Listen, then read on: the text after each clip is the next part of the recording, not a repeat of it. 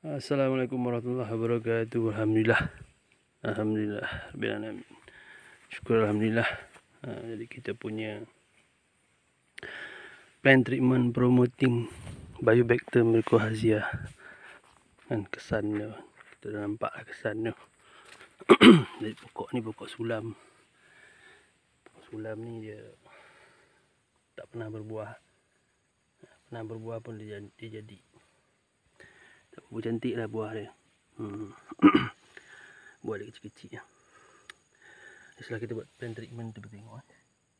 Tu dia. Akar baru dah. Akar baru dia dah mula tumbuh.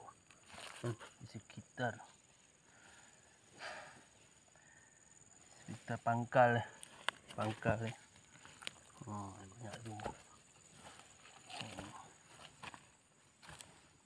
Keliling akar baru dia tumbuh. Okey. Kita tengok pokok pun perkembangan buah dia semakin baik. Dah start berbuah. Kan buah pun dah cantik lah. Dah start nak membesar. Dah keliling lah buah. Hari ni kita pruning lah. Sebab kita nak kan selepas ni kita akan tembak sampai hingga ke bahagian pucuk tu lah nanti kita tembak. Kita tembak sprayer untuk kita activated kan. Kita punya plant treatment promoting Biobacter mycorrhizae, insyaAllah. Boleh katakan kata-kata pokok yang kita dah bagi perawatan PM6 booster, plant booster. Kata setiap pokok dia dah keluar akar baru lah. Jadi ada cendawan mycorrhizae. Mycorrhizae ni okey. Dia cendawan yang baik. Dia bagus lah untuk akar tanaman, untuk mensubur tanah. Jadi kalau tanah tu subur, akar baru dia akan keluar. Boleh dikatakan macam tu lah. Lepas kita buat treatment ni, kita lihat banyak akar baru subur keluar. Boleh kata hampir 50 ke 60% akar baru keluar daripada pangkal pokok.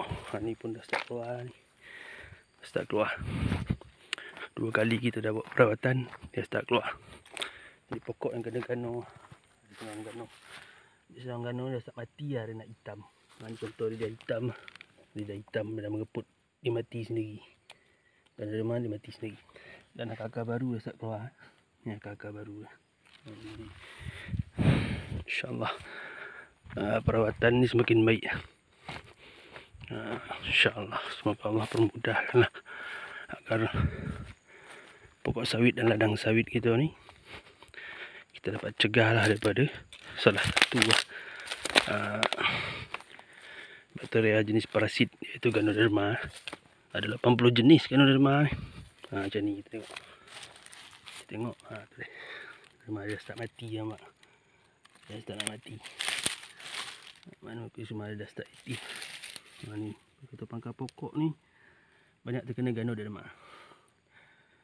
Jadi kalau kita tembak semburan, dia akar baru ni tak keluar ni. Kalau ada Ganoderma, akar baru dia tak keluar. Tapi sebab Ganoderma dah mati, maka plant treatment kita alhamdulillah memberi kesan yang baik. Dan dah start mati. Okey, insyaAllah.